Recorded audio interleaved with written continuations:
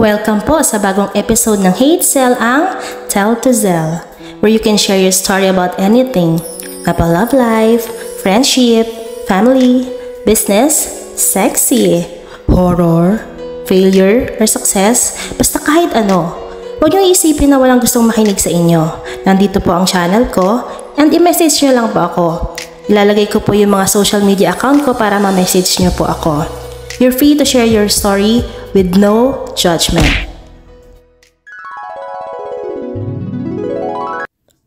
Magandang araw sa iyo at sa mga nakikinig. Nakita ko yung post mo sa Facebook at hindi ko alam kung bakit sa sinabi mong no judgment pagkakatiwala ko tong storya na to kahit na hindi tayo magkakilala ng personal. Sabi nga nila, minsan ay mas magandang magsabi ng problema sa taong hindi mo kilala dahil makikinig lang sila at di ka husgahan. Ito po ang aking storya. Ako po si Madel, natubong Ilocos Norte. Bilang babae, masasabi ko namang may tsura ko. Di nga lang ako katangkaran pero sexy naman ako. Hindi rin ako ganun kaputi. Morena lang ako pero makinis kahit papano. Pero hindi ako ligawin. Di ko din alam kung bakit. Pero siguro nga, hindi ako ganun ka-appeal kahit maganda naman ako. Meron naman talagang ganun, 'di ba? Pagka-graduate ko po ng high school noong 2010 ay lumuwas na ako ng Maynila para magtrabaho. Mahirap lang kami kaya ako na din ang nagsabi sa aking mga magulang na luluwas na lang ako para makatulong sa panggastos. Ayaw man nila wala na rin silang nagawa. Hindi na rin nila ako napigilan.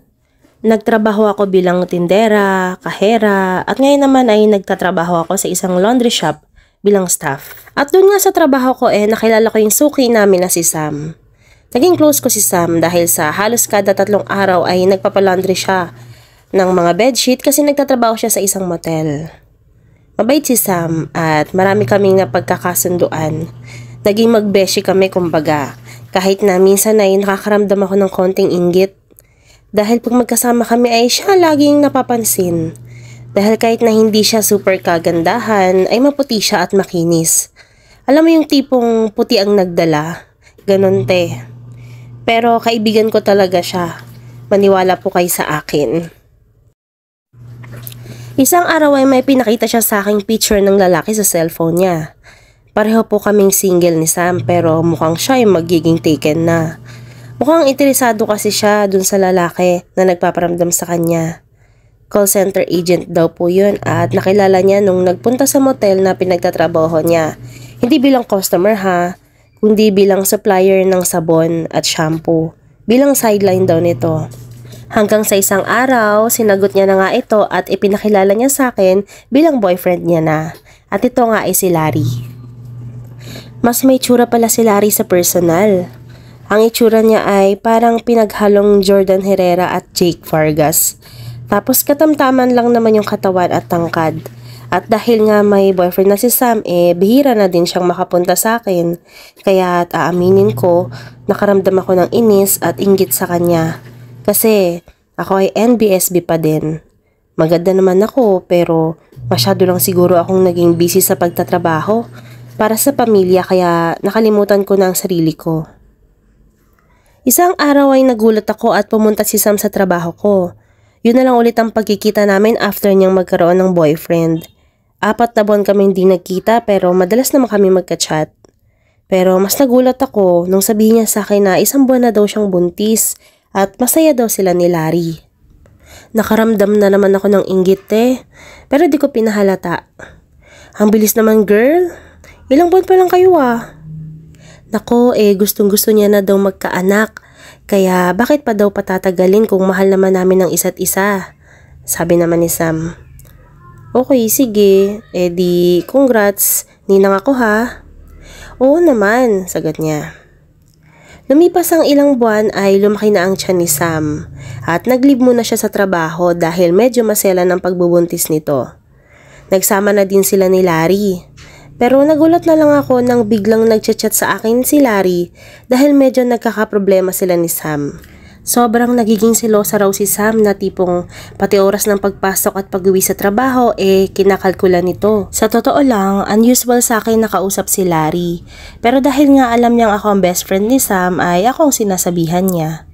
Naging chatmate kami ni Larry na di ko din alam kung alam ba ni Sam o kung dapat kong sabihin.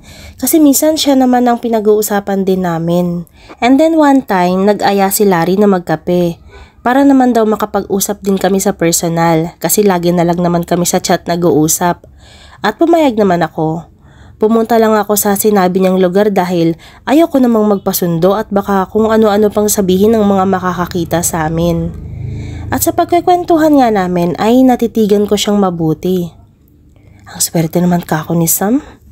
May magandang trabaho na to. Ang gwapo pa. Nagbiro pa nga ako kay Larry. Sabi ko, "Uy, wala ka bang kapatid o tropa man lang para sa akin?" Tapos natawa siya. "Alam mo, hindi ko alam kung matutuwa ako o mayayamot ako diyan sa tawa mo." Sabi ko sa kanya. Bakit kasi iba pa? Pwede naman ako." Sagot niya na ikinabigla ko. "Hoy! BF ka ng best friend ko. At tatay ng magiging anak niya. Di tayo talo pre." Biro ko. "Bakit? Malalaman ba niya?" "Loko-loko?" Sabi ko. "Wag niyo naman po ako i-judge pero ewan ko ba. Naiinis ako pero di ko alam bakit ako nakaramdam ng kilig. Hindi nga kasi ako ligawin, 'di ba? Sinabi ko kanina kaya yung ganitong moment sa akin talagang nakakilig. Yun nga lang kikiligin na nga lang ako sa maling tao pa." Hindi ako pumayag at syempre hindi na rin ako gaanong nakipag-chat kay Larry dahil ayaw ko nga mag-prosper yung nararamdaman ko o namin dahil best friend ko nga si Sam. Kasi itong Larry na to, sinundo ba naman ako sa laundry shop na pinagtatrabahuhan ko at ang sabi ay pinapasando daw ako ni Sam. Kaya dali-dali naman akong sumama kasi akala ko may problema. Pagdating namin sa bahay nila, wala si Sam. Pinagtapat sa akin ni Larry na wala talaga si Sam. Nagbakasyon sa mga magulang. Mga 1 week daw doon. Medyo kinabahan ako sa tagpong yun. NBSB nga ako kaya di ako sanay na may kasama akong lalaki sa isang bahay. Actually, sa isang kwarto. Kasi doon kong unang hinanap si Sam. Maya-maya ay hinawakan ni Larry ang kamay ko at tinitigan niya ako. Medyo nanlalambot ako noon sa kaba.